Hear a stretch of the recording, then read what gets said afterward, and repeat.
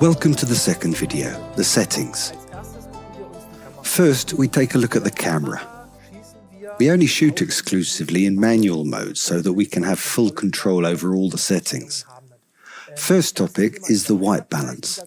This can of course be edited again afterwards. I would still advise you to choose a fixed value and not to leave it on the auto setting because we don't want the picture to eventually flicker in the preview to get a better impression of the camera movement after the production.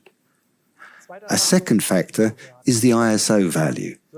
The ISO value should not be set to auto.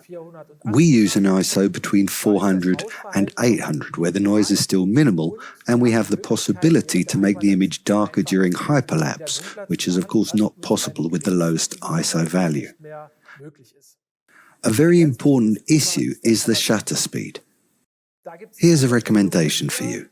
With hyperlapse, we should definitely choose a longer exposure time if objects are scurrying through the picture, like a person or a car, a train, a bird, it can be anything. So that these movements have a motion blur which makes it look more organic in the end and our hyperlapse is much more fluid. You can choose the aperture freely. I'd recommend you to shoot during the day with an aperture of 8.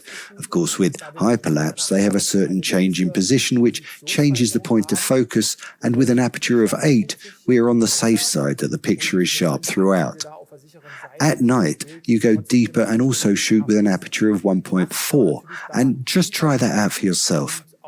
The camera, as already mentioned, remains in manual mode because we don't want the camera to select the focus point itself. But we set the focus point ourselves before we start producing and thus have full control over the sharpness of the image. Another important issue is the steady shot or steady shot setting. Many modern cameras have this setting and it stabilizes the image internally, but we don't want this with hyperlapse itself because if we set the focus point, we can generate errors. That's why we turn it off and work without the steady shot function.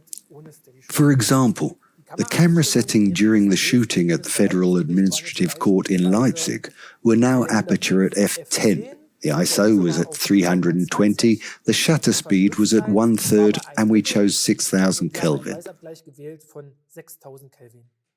Now, we've finished the topic camera. As you have already noticed, we only work in manual mode and set all things ourselves. The next topic is the interval meter. It's responsible for the time between the single pictures in our hyperlapse, but it varies a lot with the different methods. With the handheld method, I usually have an interval of at least 5 seconds and up, with the monopod from 8 seconds upwards, and with the tripod version, I usually work with an interval of at least 15 seconds.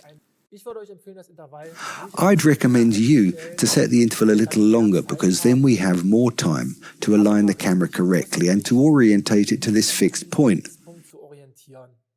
You have to keep in mind that if the interval is very short, there must be no mistakes that prevent us from focusing and fixing the next picture correctly. What you also have to consider with the interval is the length. I always recommend a hyperlapse of at least 75 frames, which is equivalent to 3 seconds. We can, of course, always go higher. You should keep in mind how long the hyperlapse will be and how the light will change during this time. The third topic in this video is the geared head. This is just this tool, which some of you may not know yet. It's mounted on the tripod and gives us the possibility to adjust all rotation axes separately. This is especially important when we're aiming at a fixed point that we can adjust all 3 axes neatly.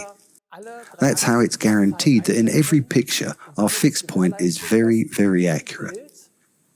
To better understand hyperlapse, I will now also explain these sources of error with the help of the geared head.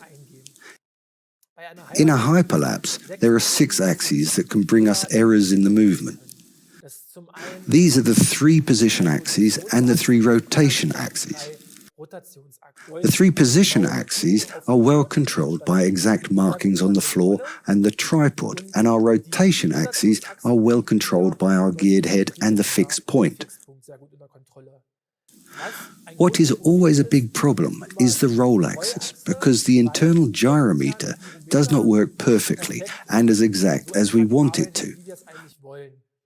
But you can say that with this version, with the tripod and the geared head, we have 5 axes very well under control, and with the spirit level, which we mount on the camera, we can also get the 6 axes better under control.